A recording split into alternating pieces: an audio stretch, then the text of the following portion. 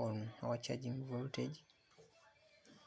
In part 1 we saw how that voltage comes out. So now we are going on a practical part of it. Let us see how we check that charge voltage. We shall bring our phone here. This is taking a while. We shall bring our phone. These are our terminals, battery terminals. Yes, this is the positive one. This one is negative one. We bring our multimeter here. Our multimeter, we set it. We use voltage, which is here, which is a DC. Leave on this AC. This is for a DC. Put it here.